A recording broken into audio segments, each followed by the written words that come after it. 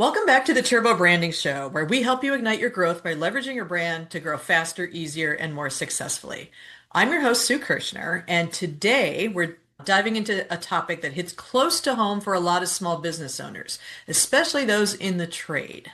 You've built a solid business, your work speaks for yourself, but here's the question, does your brand? So my guest today works with a variety of small businesses, especially trades-based businesses, every day, helping contractors, HVAC companies, landscapers, and other service providers move just beyond surviving and actually scaling.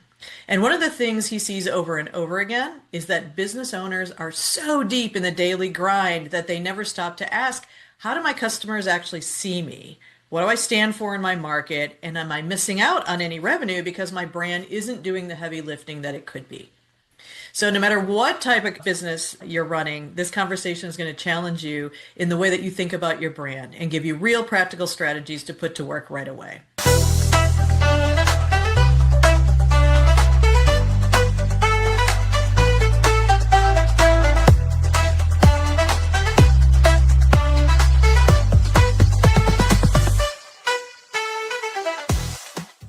So Joe, welcome to the show. I'm so glad you're here. Thanks very much, Sue. Appreciate you having me. Yeah, that's great. I'm excited to have you here today just to share your experiences of working with small businesses and insights on, what role does branding and marketing play for them? So, but first, let me tell my listeners a little bit more about you. With more than 20 years of professional experience in sales, customer service, and operations, Joe DeRamos partners with business owners, entrepreneurs, and other professionals to create clarity, sharpen focus, and drive measurable business results. He helps clients better manage their time, strengthen key relationships, and increase revenue through practical, actionable strategies. And as mentioned, Joe frequently works with trades-based businesses, including construction, HVAC, and landscaping firms. And he brings a versatile generalist approach to solving business challenges. He supports clients across sales, operations, and strategy, providing insight and structure that helps leaders move from day-to-day firefighting to long-term sustainable growth. Yay! That sounds awesome. So, It's fun and very rewarding at the same time. I bet. I bet. Anytime you can help the businesses in your community grow, it's always something that I admire. So, but let's get started. And now that I'm done talking for a long time, let's hear about your professional journey. How did you get to this point in time and pivot from corporate to becoming an advisor? Really, pandemic was when all of it happened. So in March of 2020, pandemic was just starting up, and my wife and I were living in Oak Park at the time, and we started to see a lot of restaurants having problems in the area, and there was a new movement that was taking shape called Takeout 25. And one of the residents of Oak Park put together this program and basically did the calculation of if every household once a week dined out at a restaurant or got takeout, we would be able to save the restaurants in our area. And I Wow. thought, wow, what an ingenious plan. And Yeah. then as I saw, that started to work, but there was still some restaurants and businesses that started failing. I thought, okay, how can I use my experience both as a commercial banker and from the insurance industry, 20 years of corporate experience, how can I help impact local economy in a positive way? And so I started exploring options and found Focal Point Coaching.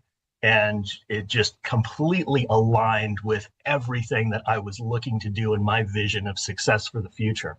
And so in July of 2020, I opened up my Focal Point business and started coaching. And so I've been doing it for celebrating 6 years this year. Can't believe it's been that long. Oh, I know. Congratulations. Thank you. Yeah, I love it. I like to say, I've always respected and admire anyone who opens and founds a business because, the fact that you take that risk and employ other people in your community or serve other people in your community, I think is absolutely noble. So, kudos to you as well for supporting those businesses as they do that, because as we all know, a lot of small businesses don't make it past the 5-year mark or they never make it to the Right. revenue point that they're looking to. So I appreciate that you're doing that. So before we jump into branding and branding for your clients and what challenges they have, what's your brand and what process did you take to identify it? Well, my brand is obviously Focal Point Coaching. Focal Point Coaching is a worldwide coaching organization. So fortunately, a lot of the branding was done for me coming into it. But at a certain point in time, as a coach, we all, as you've met coaches, I'm sure throughout your experience, we Yeah. all do things differently. So part of what my personal brand is within Focal Point is to be that tradesperson coach, that person that loves working with trades folks that have that passion, but don't necessarily have those foundational skills and tools they need to help push and propel their business forward, right? We all starting our business with that E-Myth, right? The book by Michael Gerber, that Right. entrepreneurial myth that, well, as long as I have a vision and I know I'm going to be successful, the success will come, right?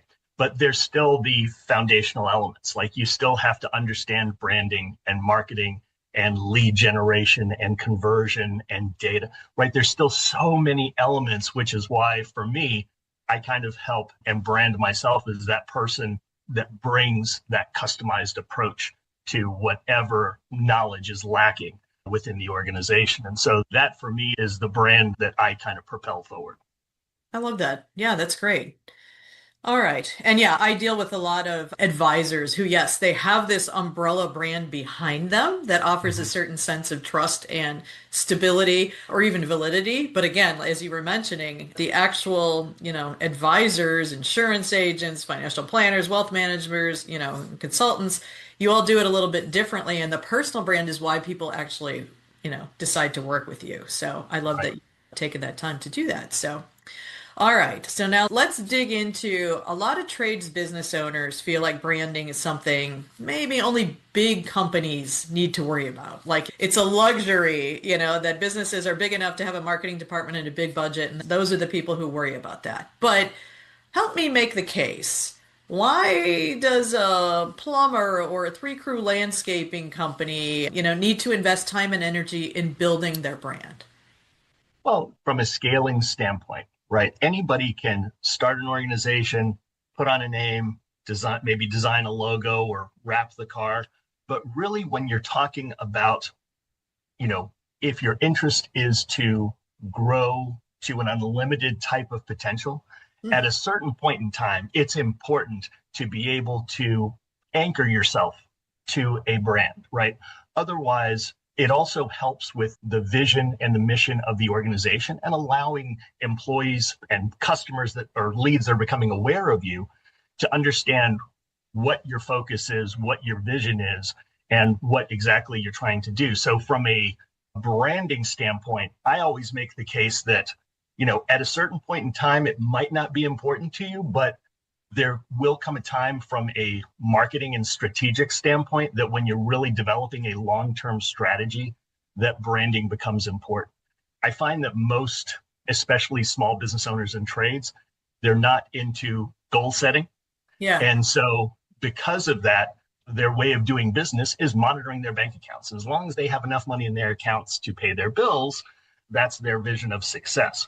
But when you actually sit down and look at a 6 month, 1 year, 3 year, 5 year strategy, that's when branding marketing becomes important to understand as you expand and grow who is coming in and what exactly you're trying to do and how you're impacting the market. Yeah. No, I appreciate that. And also, tell me if I'm wrong. Do you see a lot of trades business owners, do they think about selling their business? I mean, is that something they're thinking about, or is that not at all? It's just one day they decide they don't want to do it anymore and then say, oh, well, maybe I could sell it, or they just shut it down. I mean, because the brand plays a big role if you want a large multiple in selling your business, Yeah. I would think. So I don't know if you ever run into that or talk to your clients about that. Well, and that's part of, especially when you're doing a valuation from an exit strategy standpoint. If you're just, Joe's Plumbing, for lack of a better name, Yeah. that is not as big of a brand as, let's say, Supreme Plumbing with the marketing strategy, with all of the branding, right? That provides value because otherwise, from a valuation standpoint, if you're just Joe's Plumbing, you might not get the valuation when you're looking to sell your business that you're hoping for because a well established brand just intrinsically provides more value. But, exit strategy is always something that we discuss and talk about from the beginning. One of my favorite stories from a client that I started working with, it was a family business, and he did not own the company, but he ran the day-to-day operations, recognized that he needed coaching. And so he retained me. And the first meeting we had with the family member who owned the business, he and I were working together for about a month or two. And then he said, okay, I want you to come in and meet the owner. And I went in and met the owner. And as we were talking, I said, hey, do you have any kind of plan for an exit strategy? What does the next kind of couple of years look at? And she said, oh, I'd like to retire by July of next year. And the person that I was coaching had no idea that this was her plan. That was even in the works, right? Correct. And so now we had to pivot from our strategy of not only just understanding the day-to-day operations, but now we had to develop an exit strategy and put a plan in place so that my client could take over the business. And happy to report that the July of the following year, at her birthday party, she made her retirement announcement, and he successfully acquired the business. Love that story. That's a great one. Excellent. So I'm going to ask you a little bit more as well about in the trades industry. One of the things that I would think, and again, tell me if I'm wrong, that they have to battle is this idea of reputation and reviews, right? Mm-hmm. So there's a Yes. lot with going on. Let's say someone who's a small accounting firm maybe doesn't get as many reviews or their business is driven by that. But with the trades, you're dealing with consumers and a lot of Mm-hmm. them go in, and especially if they're not happy, they go in and leave reviews and things like that. So tell me, do you work with your clients at all to talk about kind of like reputation management, or how do you protect your brand as a strategic asset? I've been very fortunate in that the clients that I've worked with haven't gotten bad reviews, but we do stress the importance because, especially nowadays, that online review presence is very important in the branding strategy and the reputation of the organization. And especially when you're talking about trades, they're going on know, like, and trust, right? A Mhm. lot of times you're hiring the contractor not necessarily because you like them as an individual or as a person, but because of their reviews. Right. And so when you see that level of repetitiveness, especially with, when you get somebody in the hundreds or thousands of reviews and maintaining a 4.7 or a 4.8, that becomes a huge factor in the decision making, especially nowadays where you've got, a general contractor, two on every block, essentially, depending on where you are.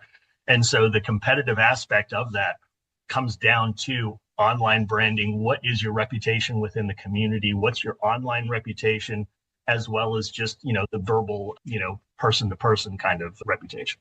Yeah, I know it's something very interesting in that, I remember, I'm not going to date myself, but I will. I remember the days of like the yellow pages where, a lot of trades businesses you had to Yeah. start with a letter A, the name of your business Yes. start with an A or a number, because that would get you to come up first in the yellow pages. And then Uh-huh. online, when that started taking over the searches and everything, then that didn't matter as much. Then it was more like the emphasis went into search engine optimization if you had a website and things like that. Oh. But I Mhm. think now this whole idea of reviews is really what's driving a consumer to choose one particular business over another. Because, like you said, Mhm. you may not need a painter to come out to your house for 5, 6 years. And so you don't have any, nothing's top of mind. You're not thinking, Right. so you're going to go online and you're going to look, and you may choose just based on, well, who had the best reviews, right? Mhm. And go from there. So I would think a brand strategy that really kind of hones in on how do we get our customers to recommend us or to review us? Because that's going to make a big difference going forward. And even like restaurants, I know my husband and I, we don't go anywhere until we go check. It's like someone recommended this restaurant. We're like, oh, well, let's go see what the reviews are from other people, and then we'll go. So, I Yeah, would think absolutely. something that you would have to really be strategic about your reputation and managing that reputation, in that particular industry. So, Yeah, and especially again as you're getting serious, right? Most of the times, again, when we're starting out a business, the first year or two, we're just trying to get our footing and trying to get, repeatable revenue going so that we can, pay our bills and our overhead and have a little extra money in the bank to do whatever. But at a certain point in time, we have to get serious and have to understand, is this a long-term strategy? Am I just doing this as a hobby for a short-term solution? Or am I really in this for the long haul? Am I thinking of my legacy, right? Am I thinking of the legacy for my family, of the individuals that work for me, and, how to help them? And so once you start doing that, then again, branding and long-term strategies for success now come into play. Right now, we need a long-term sales strategy, a long-term marketing strategy, and understanding that development needs to occur within the organization. How can you best help develop your employees, giving them the tools they need to further themselves from not only a development standpoint, but even from a supervisory or managerial standpoint, giving them the leadership skills they need to be able to move forward, which is, very important, especially in today's day and age where emotional intelligence is so highly desirable as a leadership quality. And that's kind of where the focus has been. Excellent. Yeah, I'm going to build on that because you talked about, as they reach a point, right, and they start to think where they are going to start to scale or think about scaling, and they're going to need to think about their brand differently. But you walked us a little bit through, but that evolution, what is the evolution in terms of, when you're starting out, you have Mm-hmm. different motivations than when you are established and trying to maybe start to scale the business and things like that. Where do you see the brand playing a different role during this evolution as your company starts to grow? It essentially becomes more important, right? So as the company grows, so does the importance of the brand, and really not only understanding and defining it, but honestly putting a lock on it to make sure that you're protecting everything about it and making sure that your customers and potential customers are seeing that best version of your brand out there. Yeah. And so I think that's where the strategy again becomes important. It's a multi-pronged strategy. And the challenge becomes, at what point, how much time do you spend on it versus, understanding how much value is there versus spending time in other areas. And so that becomes kind of the delicate balance of when to focus on the brand strategy versus when to focus on leadership development versus when to focus on sales, Right. all of those different things, the three eyes of the business owner, as they, kind of referred to earlier, that E-Myth revisited, where Yeah. you've got the eyes of the entrepreneur, the eyes of the manager that are looking back, and then the eyes of the technician who's handling that fire. So I think, devoting and really understanding the best use of time and developing that brand as it grows with the organization is very important from the standpoint that brand is going to be who you are and who you're looked at, right? When we start a company, we are the forward face of the company. But at Yeah. a certain point in time, if you can get to that, the brand becomes the face of that company. And it's that transition that, to me, that's the sign of the scale, right? Right. Is what does somebody see when they look at your organization? Do they see that brand or do they just see you? Yeah, yeah, absolutely. Because like you were saying at the beginning, maybe, going back to your analogy of Joe's Plumbing, it may just be Joe who's going out and doing Right, all the work, and right, and right. in their head, they're like, I know that this is the way I want to treat my customers, and I have certain expertise and things like that. But then as you start to grow and you have a crew, how do Mm-hmm. you make sure that they're delivering on that same promise or that same type of customer service that you were trying to build the business with? So that's yeah, interesting because they have to do that. So let me ask you a question too is so let's say you're working with, a small business owner and everyone agrees, okay, yes, we need to start thinking about the brand or we need to start thinking about how that's going to help us grow.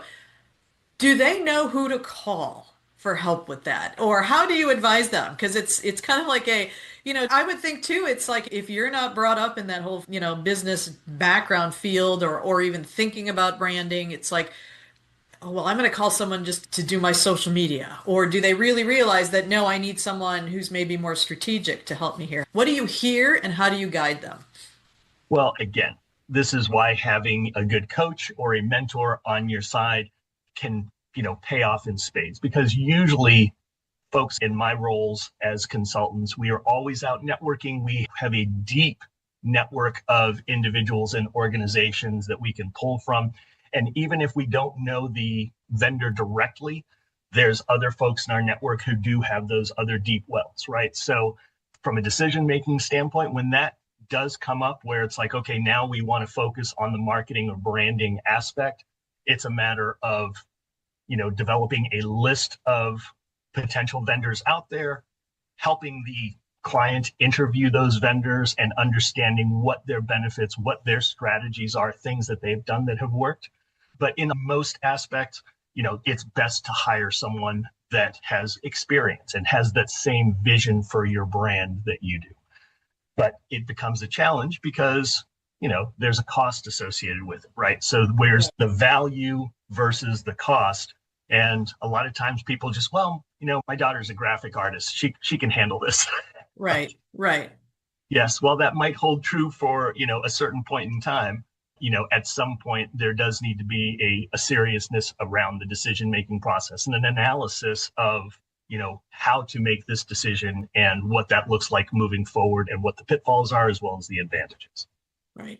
No, I agree. And like you said, I get it. I've run my own business and started up, and there are times when, yeah, you're looking for, hey, can I barter? Or, hey, who do I know who can help Right. me with certain things? Because you have so many things you need to invest in, right? And so that's Yeah. where you need to kind of say, all right, well, where am I going to get the biggest bang for my buck? But you're right. When it starts to come towards scaling or reputation management, or maybe you're very well known in your local community, but now you want to start expanding to some other Mhm. communities nearby, you're going to need someone who's going to help you quickly build some brand awareness and get your brand out into different areas. So, yeah. Absolutely. All right. So, when we talked last, you told me this great story about how you had a home remodeling client, Uh, and how they came to you thinking they needed to hire a salesperson, but after talking with you, that's not exactly what they needed. Can you kind of tell that story again for us here and how your discovery process led to what they needed? yeah, I'm trying to think of the point of that story was not that they needed a salesperson, Yeah, but you they said they needed, actually needed brand awareness and lead generation first before that's they, brought in a new salesperson. That's correct. Thank you very much. I'm like, wait, what was Yeah, the point of the story? All yeah. right. So had a client and we'd been working together for a few years, and it was getting to the point that he was closing leads, but he just wasn't as confident in his sales ability and felt his time would be spent better focused on growing the organization and hiring an outside salesperson. And as we were, as with everything, when we have a feeling around something, we want to put actual facts around that feeling, right? To justify whether that feeling is correct or whether we need to reevaluate how that feeling is. And right. And so his feeling was, well, I need a salesperson. Okay. So when we really sat down and understood how much time he was spending versus what the cost and expense was going to be to hire a salesperson and what you could expect, it was quickly realized that it wasn't a new salesperson. It was a change of focus and developing a marketing strategy and finding someone to help drive in new results, new leads, create awareness in communities outside of where he's typically targeted. And so from that standpoint, then the focus didn't become, or wasn't, hey, let's develop a job description so that we can put an ad out on, one of the web boards. It was more of, okay, now let's do a little research and start finding a marketing organization and a Google ads. Yeah, digital marketing Yeah, agency. yeah, yeah. Yeah, yeah. An organization that can actually help attract new leads, help with lead conversion, and again, just create awareness of the brand within a larger market. And so once we started to deploy more of a digital strategy, he started to see the leads increasing. And then we made some other changes as far as, how down payments and some operational changes that also helped improve lead conversion. And so now at this point, that organization is basically booked out jobs until the end of the year, which is just a phenomenal, phenomenal result. Absolutely. Huge success story. That's awesome. Absolutely. Yeah. Okay, I'm gonna bring up something else that you mentioned when we talked before this interview was that you used a great analogy about getting in a car without a destination, right? Yep. You'll end up somewhere, but you could Yes. have gotten there faster with strategy, right? Right. So tell me about your magic of Mm-hmm. how do you get a business owner to think about strategy, to put aside the day-to-day fires and the day-to-day Hmm. issues that always come up and all that, and to really focus on strategy. Because I have to do that with some of my clients as well, is to kind of say, like, before you spend any money on marketing, you need to get your brand story straight. You need that Right. strategy and foundation. Otherwise, you're just throwing things at the wall and hoping something sticks, right? So, but strategy is absolutely important for what you do as well. So, how do you get a small business owner to stop and really think, yes, he's right. I Yeah. need I need a strategy here. Yeah. Well, and so a lot of it again comes down to goal setting, right? And that's one of the things that we work on almost immediately because, to go back to that analogy, not having a goal is like getting in a car and not having a destination, right? You're just Right. getting in the car, you've got a map, but you're literally just driving around. You're going to get to your destination eventually, but you could have Yeah. gotten there quicker, you could have gotten there easier, use less gas, less wear and tear in the car by just having a destination, getting in the car and driving to the certain point. Right. And maybe you don't make it all the way to the destination, but you get close enough to where you can kind of, reevaluate and re-strategize. So a lot of times, if unfortunately a pain point has to occur before, that they have Yes. to experience a little bit of not necessarily a loss, but they have to experience some sort of business trauma before they realize, wait, I need to make a different decision here. I need to have a different type of thinking and self-awareness around what I need to do so that this doesn't happen again. And Yeah. so what I help them do is kind of pull that thread of, okay, let's analyze why that pain happened and let's dig a little deeper and dig a little deeper till we get to the root cause, which may or may not be what we thought it was, right? Yeah. I liken business coaching to going to the doctor, right? When you go to the doctor, you might have a pain somewhere, but it's not until the doctor, takes some tests, takes your blood pressure, your weight, all of the maybe some blood work to actually determine what the cause of that is, and then determine what the strategy around, helping you feel better, right?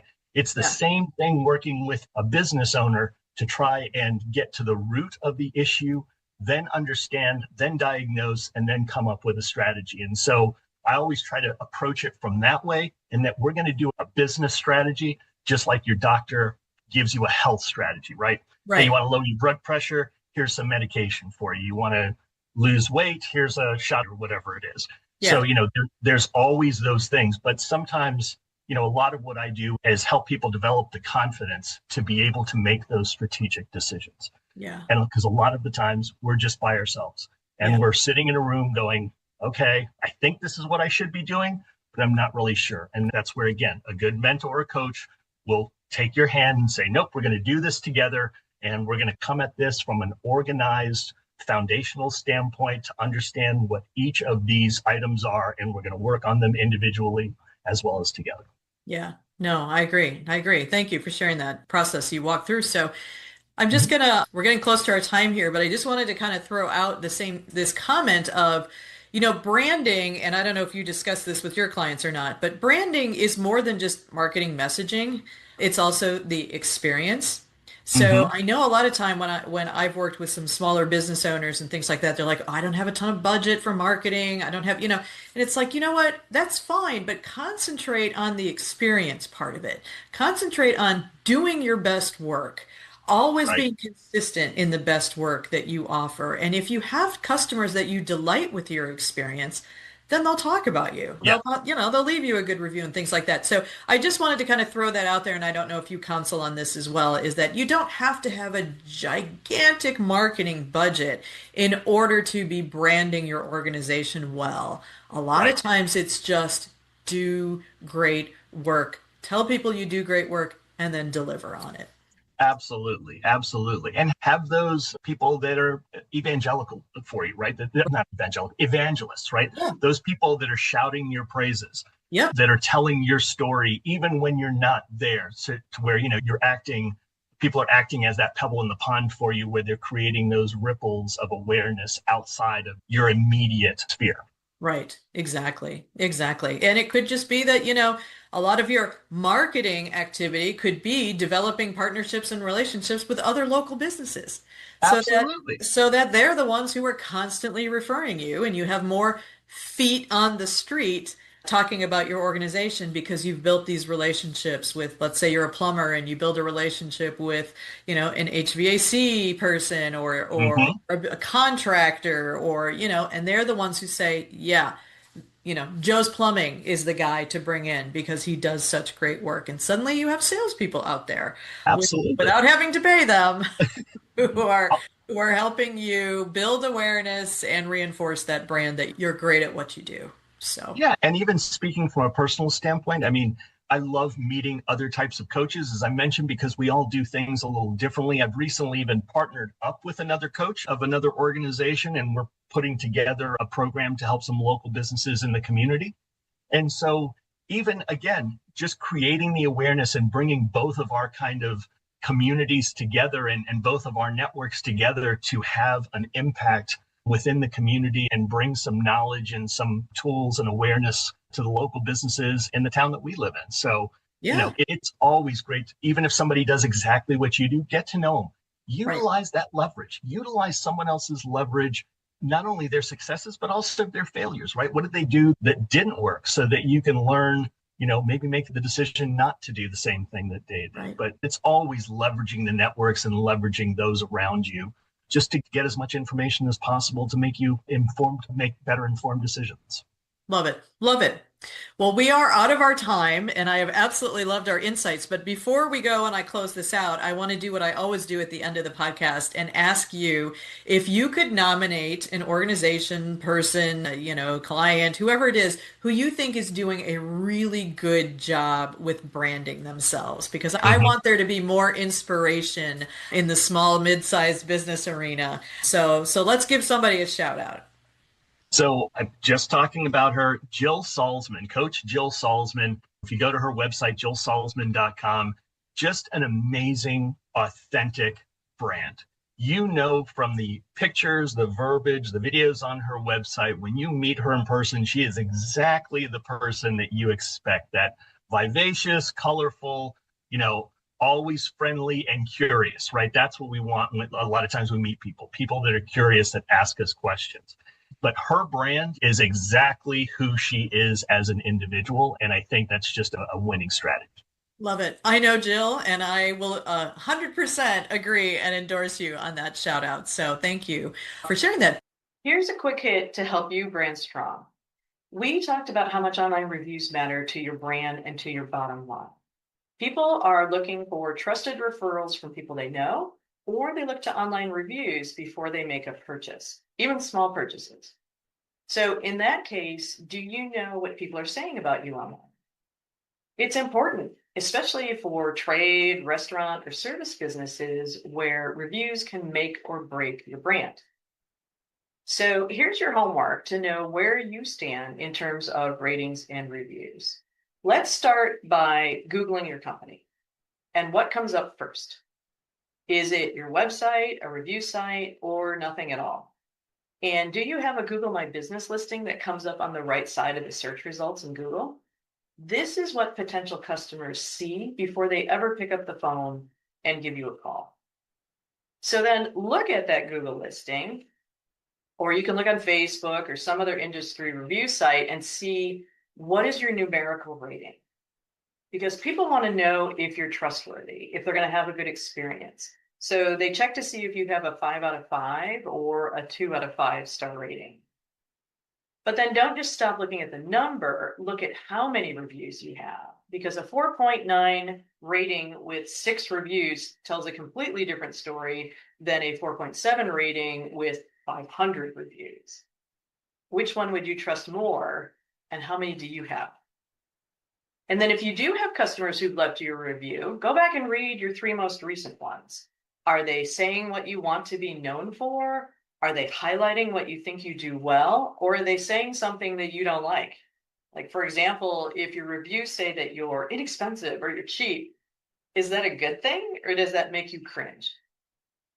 And then finally, look at the timing of your reviews. When's the last time that you got a new review? Because if it's been months or even years, that gap tells a story. People might get the perception that you're not offering a good enough service that people are willing to take the time to leave a review, or that you're even out of business. So this is not the look you want when you're deciding whether to call, or when a customer is deciding whether to call you or not. So finally, let's be proactive and get a new review today. Pick one happy customer and just ask them directly. Send them a text or an email with the link where they can leave the review.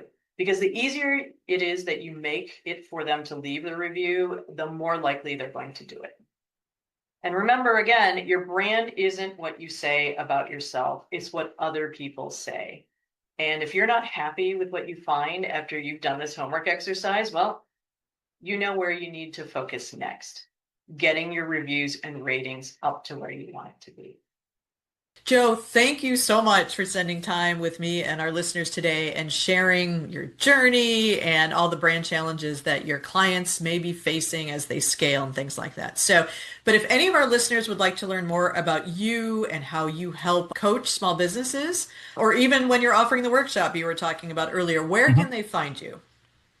So if you just Google Joe DeRamos, my name, my website immediately comes up. If you're in the Berwyn Oak Park area in Illinois and would like to attend the Berwyn Business Boot Camp, if you just Google Berwyn Business Boot Camp, the information will come up on the Berwyn Development Corporation website.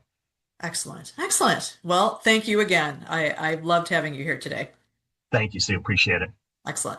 And thank you, listeners, for joining us for this episode of the Turbo Branding Show. I hope you've been inspired to ignite your growth by leveraging your brand. And if you enjoyed this, I would love it if you could help me build a strong brand following for the show. Please share this episode and be sure to like, subscribe, and leave a review. Thank you, and stay tuned for our next episode.